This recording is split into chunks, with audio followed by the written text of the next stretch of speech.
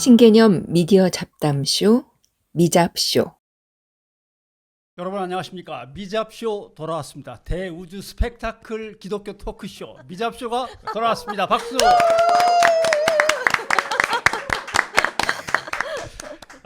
오늘 제가 마이크를 잡았습니다. MC 마이크를 잡았습니다. 여름 휴가철이긴 한데 어디로 갔는지는 알 수 없습니다. 그리고 관심도 없습니다. 서강대 유현재 교수는 잠깐 이 자리에 없습니다. 그게 중요하고 문제는 그러면 제가 한 칸 옆으로 왔으니까 제 자리에 누가 앉을 것이냐 하는 건데 NCC의 OK 목사 최규희 목사 앉으셨습니다. 네. 안녕하세요. 최규희 목사입니다. 오늘은 저는 별로 드릴 말씀이 없습니다. 왜냐하면 목회자의 청빙, 교회가 어떤 분을 담임 목사님으로 모시고 싶은데 그 과정과 또는 그 절차들에 대해서 어떻게 공정하고 모두가 합당하게 박수 칠 수 있는 결과물을 얻어낼 수 있느냐, 이런 황당한 질문을 가지고 오늘 주제를 이렇게 잡았습니다. 그래서 저는 아는 게 별로 없고 목사님들끼리 주로 얘기를 나눴으면 좋겠는데 그래서 최규희 목사를 옆에 앉혔습니다. 그러면 오늘 대우주 스펙타클 게스트도 소개를 드리겠습니다. 한국기독교교회협의회의 든든하고 다정한 이웃사촌, 대한예수교 장로회 연동교회의 김주영 목사님 나오셨습니다. 어서 오십시오. 반갑습니다.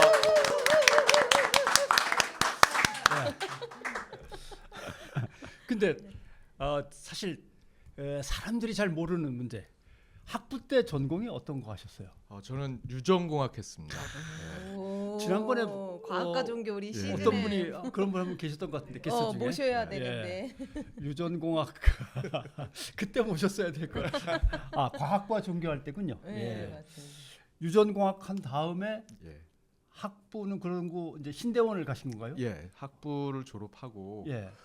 그 유전공학을 이제 잘못 생각해서 요즘 이제 그 석유 개발 때문에 그걸로 오신 분들도 계시긴 했었고요.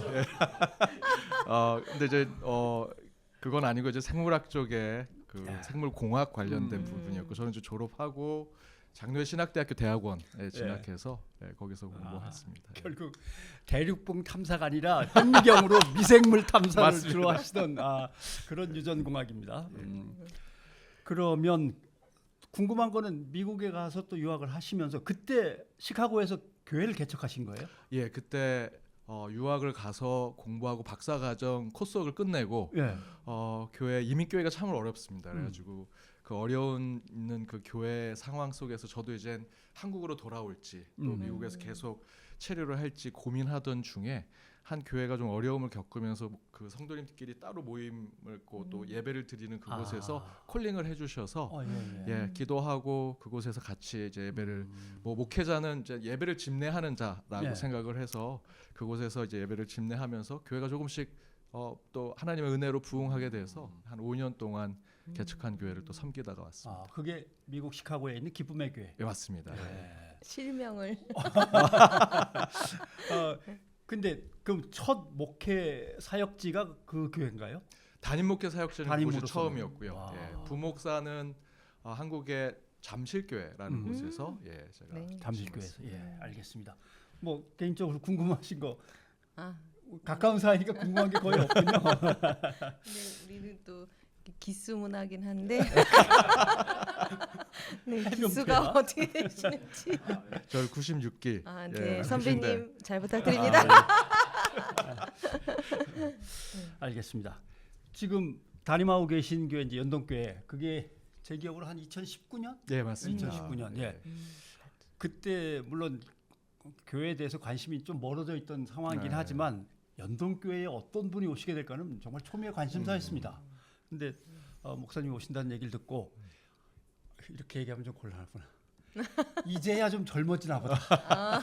왜냐하면 친구들이 연동교회를 많이 다녔어요. 선배들하고. 그리고 장로하다가 뭐 이제 또 미국 이민 가신 분도 계시고 여러 분 계신데 항상 교회 얘기를 할 때 보면 이렇게 논의를 해서 이렇게 주도적으로 끌고 가고 있어 그러면 올드해.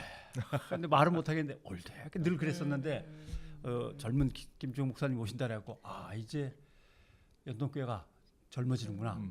지금 연동교회가 역사가 꽤 올해가 긴. 130주년입니다. 그러니까요. 130주년. 우리 NCC 100주년보다 30년 더. 그러면 교회에서 이제 청빙 절차를 거쳐서 목사님을 연동교회로 모셨는데 누가 봐도 부럽고 누가 봐도 찬사를 보낼 만한 그 자리에 앉으셨는데 이제 청빙 제도에 관심을 가지신 이유는 뭡니까? 사실 지금 우리 병 기자님께서 말씀하신 거하고 조금 오해가 된 부분이 예. 연동교회는 지금까지 이제 8분의 목사님을 모셨고 정확하게는 일제 시대 때는 이제 그 선교사가 담임 목사를 할 수 없는 상황이었기 때문에 동사 목사님을 계신 분을 저희는 이제 3대 목사님으로 생각을 했고요. 그렇게 따지면 7대 목사님이 있었고 130년에 7대는 거의 20년 가까이 다들 하신 겁니다. 그러니까 한 분당 대부분 연동교회 목사님들은 40대, 30대 오셨습니다. 오셔서 은퇴하실 때까지. 은퇴하실 때까지 그쵸. 있던 거죠. 잘 은퇴하신 좋은 네. 케이스. 한국 교회 정말 이렇게 말씀드리면 죄송하지만 예. 네, 많지 않은 케이스. 예. 네. 그러다 보니까 이제 교회가 이렇게 올드한 교회라고 하는 느낌은 있지만 예. 목회자를 모실 때는 항상 젊은 분들을 맞아요. 모셔왔었고요. 맞아요. 예, 그런 그렇군요. 청빙의 과정들을 이 교회는 여전히 가지고 있었고 저를 제가 이제 청빙에 저도 같이 준비를 할 때 우리 병 기자님 말씀대로 저기는 누가 될까 저도 그런 기대감을 가지고 사실은 굉장히 이제 생각 아주 유심히 살펴보고 뭐 제 개인적인 상황 속에서 이제 지원을 하게 됐고요. 그 청빙의 절차 속에서 연동교회는 젊은 목회자를 뽑겠다라고 하는 조건을 가지고 있었습니다. 내부적으로. 거기에 뭐 은혜 가운데 제가 됐죠. 듣고 보니까 이해가 좀 되는 것이 130년을 늘 한국 교회의 어떤 나름대로 주축이 되는 교회로서 건강하게 버텨온 것이 아마 그런 것이 연유일 수도 있겠군요. 알겠습니다. 얼마 전에 장로의 신학대학 세미나에서 한국교회 공정을 말하다라는 이제 큰 주제를 가지고 이제 이야기를 할 때 교회에서의 담임 목사 청빙 주제를 이제 맡으셨습니다. 장로교 청빙 절차부터 한번 말씀을 해주시면 어떨까요? 장로교는 말 그대로 이제 장로들이 대의제로를 가져서 그렇죠. 본인들이 성도들의 대표적인 이제 역할을 하면서 그 당회가 이제 청빙위원회를 특별하게 다시 구성해서 그곳에서 여러 가지 조건들 물론 이제 그 가운데 성도들의 의견을 이제 취합을 하겠죠. 그 의견을 취합한 것을 통해서 그 당회에 소속되어 있는 청빙위원회에서 여러 가지 절차를 통해서 우리 이제 심사를 하고 최종 후보를 대고 마지막에는 한 분 또는 뭐 몇 분의 최종 후보를 두고 저희들 당회에서 결정한 후에 재직회 또 공동의회를 통해서 최종 청빙을 하는 과정을 가지고 있습니다. 그러면 정확하게 얘기하면은 뭐 전형이라고 해야 될지 심사라고 해야 될지 모르겠는데 아무튼 최종 후보까지 올라가서 어떤 분을 결정하면 마지막에 이제 끝나는 거는 공동의회까지 가서 맞습니다. 네, 좋습니다 하고 추인을 받고 끝나는군요. 알겠습니다. 그래서 근데 제일 고민스러운 질문이 이제 처음에 나오는 거죠. 한국교회 공정을 말하다에 청빙이라는 주제가 들어갔다는 얘기는 그럼 별로 공정하지 않은 얘기가 많아서 저 주제를 거기다 집어넣으셨나? 뭐 이런 생각합니다. 그렇죠. 제가 2018년도에 청빙 과정을 통해서 연동교회 왔고 연동교회가 제가 청빙되는 과정 속에서 들었던 얘기들은 2차 심사까지는 블라인드 심사를 했다라고 얘기를 들었습니다. 이름하고 학력 이런 것들을 가리고 심사를 했다. 그리고 이제 모든 그 서류에 이름을 다 지우고 그러다 보니까 이제 그 절차 과정에 저는 굉장히 공정성이 있었다고 생각하고 그 과정을 통해서 이제 제가 된 것, 이 부분에 있어서 뭐 저는 굉장히 좀 뭐 신앙적으로는 은혜였고 연동교회가 그런 부분에서 그 청빙 받아 부름 받아 온 목회자에게 굉장한 그 자긍심 또는 프라이드를 주는 그런 교회다라는 생각을 했습니다. 그러면서 이제 제가 첫 부임하는 해에 저희 교단에서는 한 교회가 이제 세습 문제로 굉장히 시끄러웠고요. 그렇죠. 그것이 이제 제 개인에게는 굉장히 이제 충돌을 일으키는 일들을 생각하게 되었습니다. 근데 그 세습 문제가 그 한 교회에서만 머무는 것이 아니라 곳곳 교회에서 청빙을 비롯해서 또 공천하는 과정들에 영향을 주고 있다라고 하는 것들을 생각하게 됐고 거기에 청빙과 또 공천 이런 부분에 대해서 좀 더 관심을 갖게 됐죠. 기자로서 그 교회들의 청빙 과정을 쭉 살펴보면서 공정하게 청빙이 이루어지려면 제일 첫 번째 구성되어야 될 요소가 뭔가를 살펴볼 때 이런 것도 있었습니다.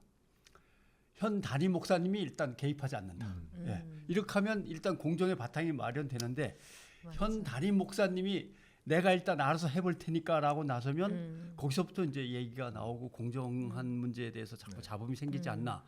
그런데 목사님 생각시 공정하려면 그럼 어떻게 이런 것들은 갖춰져야지라는 거 있을 것 같아요. 저도 그 부분 굉장히 동의합니다. 그러니까 저희들이 독재 시대를 경험을 오래 해서 그런지 그리고 지금의 한국 교회의 기성세대를 차지하고 있는 60대 이상 저희 교단은 총회 구성이 60대 이상 남자로 구성되어 있거든요. 그분들은 어쨌든 시대적 상황 속에서 독재 시대를 경험해서 그런지 그것을 긍정적으로 생각하시는 분들이 많으신 것 같고요. 그러다 보니까 한 분에게 담임 목사에게 꼭 담임 목사가 아니더라도 교회에 마치 주인 행세를 하는 한두 분의 중직자들의 입김에 의해서 되는 이런 부분들 굉장히 불공정하다고 생각이 들고요. 그런 부분들을 충분히 좀 객관성과 공정성 또 민주성을 굉장히 확보할 수 있는 부분들이 필요하지 않은가 생각이 듭니다. 이게 중직자 말씀하셨는데 또 의견이 다 일치되지 않을 수가 있잖아요. 당연히 그렇겠죠. 그러니까 중직자가 또 한 그룹만 있지 않고 그럴 때 서로 다른 어떤 후보를 예를 들어서 지지하고 마치 우리 이제 선거랑 비슷한 느낌으로 그래서 어떤 그 이제 청빙하는 그 과정 중에 뭐 예를 들어 뭐 특정 몇몇 그룹이 지지하는 누군가 있다. 후보가 예를 들어 1, 2, 3이 있다. 그러면 이제 나중에 어떤 과정을 통해서든 해서 한 분이 결정됐을 때 그게 또 갈등의 씨앗이 되기도 하더라고요. 그러니까 이게 그냥 청빙 자체가 아니라 이 교회 공동체의 어떤 건강한 관계에 되게 영향을 많이 미치는 문제인 것 같습니다. 예. 그렇죠. 그런데 만약에 세습이라는 단어가 딱 정해지면 뭐 청빙의 문제고 뭐고 아무것도 없는 거죠. 맞습니다. 굳이 뭐 살펴볼 필요조차 없게 되는 이런 문제가 되는 것이고. 헌법 이제 뭐 예를 들면 장로교는 이제 헌법이 있고 뭐 감리교는 장정이 있고 뭐 이렇게 하지만 그 교단법을 잘 지키면서 진행을 하지만 내용은 이제 뭐 이렇게 세습이 되거나 그런 사례들이 아직까지 많이 있고. 그러나 원칙적으로 따지면은 누구를 청빙한다는 문제는 그 교회 공동체의 문제인 거죠. 예를 들면 노회나 총회가 간섭할 건 아닌 거죠. 그렇죠. 뭐 그 전제는 이제 저희 모든 그 교단에 속한 성도들이 서로 같이 합의한 교단 헌법을 지키는 것을 준해서 저희들이 가야 되는 거고요. 원칙적으로는 그 교단 헌법을 지키되 그 헌법을 지키는 선에서 각 교회가 가지고 있는 특수성 또 상황을 충분히 고려해야 된다라는 생각이 듭니다. 알겠습니다. 이제 한숨 돌리면서 예전에 목사님을 모셔오는 과정을 이렇게 보면 저는 장로교 출신은 아닙니다만 그 어린 시절은 장로님들이 팀을 짜가지고 싹 어느 마을에 가셔서 저 교회 목사님이 소문이 좋더라고 하면서 장로님들이 새벽기도 3일 예배 슬슬 이렇게 둘러보시면서 설교 말씀을 다 이렇게 메모도 하고 그다음에 지역 식당을 돌면서 밥 먹으면서 교회 평판과 목사님에 대한 이런저런 평판들을 쭉 모아가지고 교회로 돌아오신 다음에 이제 당회에서 설명을 쫙 하시고 그렇게 해서 몇 분을 갖다 쭉 설명한 다음에는 이제 다른 장로님들도 가보셔야 될 거 아닙니까? 다른 장로님들 그럼 예를 들면 6개 정도 가봤는데 세 교회가 제일 나은 것 같더라. 그러면 그 세 교회를 또 다른 장로님들이 한번 쓱 도시고 이렇게 약간의 뭐랄까 낭만적인 그건 진짜 청빙이네요. 청빙. 막 이렇게 찾아다니면서. 근데 이게 어느 순간부터는 이제 이력서 내고 뭐 심사를 하고 블라인드 테스트까지 그런 식으로 이제 바뀐 거죠. 시대 상황이. 시대 상황이 그렇게 한 30년 40년 전부터 바뀌게 되었다라고 생각이 들고요. 저는 사실 이제 과거에 지금 말씀하신 대로 청빙이라고 하는 표현 그대로 가서 불러 모시는 이 부분을 저희들이 조금은 다시 회복하고 아까 낭만이라고 표현하는데 저는 저희 시대가 지금 AI나 디지털 시대로 가지만 낭만을 잃어버리면 안 된다 생각하거든요. 근데 이 사람을 불러 모으는 건 저희가 기계나 또는 어떤 역할만 기능만 담당하는 사람을 부르는 것이 아니라 정말 인간 대 인간을 만나는 사람을 모시는 거라 그런 낭만이 좀 있어야 된다고 생각이 듭니다. 그러니까 제가 가깝게는 미국 장로교회에 제가 소속돼서 있었는데 미국 장로교회 제도는 너무나 완벽해 보이거든요. 예. 참여성, 뭐 거기에 여러 가지 민주성 이런 부분들이 네. 굉장히 확보되어 있고요. 하지만 미국 장로교회는 계속 쇠퇴하고 있습니다. 그 이유는 저는 또 청빙 과정에 있다고 생각하거든요. 굉장히 객관적이고 공정하지만 그 안에 역동성이 떨어져 가고 있는 부분입니다. 그래서 저는 그것이 적절하게 조화가 되는 청빙의 과정들을 각 개교회가 충분히 교단 헌법이라든지 지켜야 됐던 그런 규율들을 지켜가면서 찾아낸다면 정말 좋은 분들을 많이 모실 수 있지 않을까라는 생각이 듭니다. 그리고 이게 또 교회에 맡겨지는 아주 정말 중대한 주제, 차기 리더십을 세운다 이런 부분도 있지만 또 어떻게 보면 장로교 같은 경우는 이제 노회 목사가 소속되다 보니 좀 노회가 그런 역할들을 좀 잘 해주면 또 좋거든요. 근데 이제 그것도 뭐 이렇게 학연, 지연, 뭐 혈연 이렇게 하면 도움이 안 되는 거고. 그래서 제가 이제 예전에 말씀하신 거 얼핏 들었을 때 미국도 그런 좀 이렇게 교회가 원하는 목회자상 또 목회자 개인이 지향하는 어떤 목회 네. 비전 이것이 서로 맞는 이런 그 매칭을 해주는 네. 그런 제도가 좀 잘 되어 있다고. 네, 맞습니다. 그렇죠. 호주도 좀 그런 게 강하거든요. 네. 그래서 워낙 목회자 수가 적다 보니까 무슨 말씀인지 조금은 알 것 같은데 이제 회사에서 인사위원장을 몇 년 하다 보니까 인사. 공정하게 하자라고 이제 얘기가 되고 그러면 이력서를 자세히 적어내고 스펙을 적어내고 쭉 해서 이게 진짜 공정한 점수야라고 하려면 정량평가 위주로 갈 수밖에 맞습니다. 없거든요. 예. 그렇죠. 정량평가 위주로 가면은 이제 학위, 논문, 저서 네. 뭐 이런 식으로 갈 수밖에 그러니까 없어요. 객관성을 네, 이렇게 그다음에 하다 보면 유명대학 뭐 네. 이런 것들.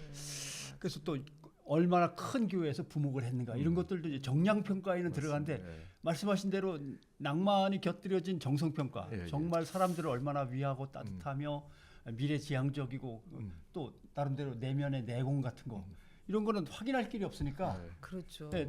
점점 뭔가 이렇게 절차상으로는 논리적으로는 맞는데 뻑뻑해지는 듯한 느낌. 네, 그럼 잘 안 맞아요. 돌아가는.